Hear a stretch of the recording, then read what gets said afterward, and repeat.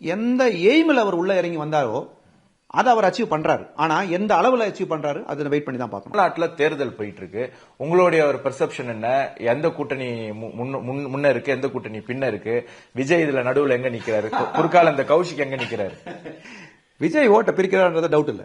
ஆனா எந்த அளவுல எந்த தொகுதியில கேண்டிடேட்டை வச்சு தான் நம்ம முடிவு பண்ண முடியும். நம்பர் 1. ஆனா விஜய் கண்டிப்பா ஓட்டை பிரிக்கிறாரு.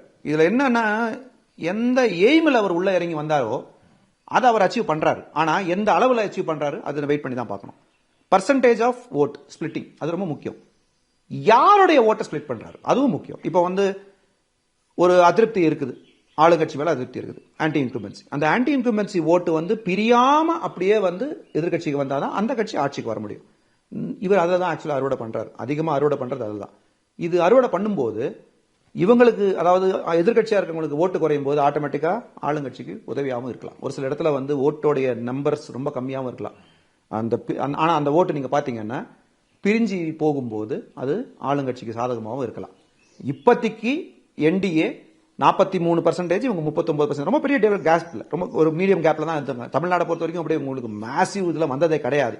இந்த தடவை அந்த மாதிரி தான். ஆனா இந்த விஜய் ஃபேக்டர் இருக்கு, இல்லன்னு யாரும் சொல்லவே முடியாது. விஜய் எல்லாம் வரவே போறது இல்ல. அது 1 சீட்டோ 2 சீட்டோ 3 சீட்டோ இல்ல எத்தனை சீட்டோ அவர் ஜெயிக்கிறாரோ பத்தி தெரியாது. ஆனா பல இடத்துல is going to be a spoiler.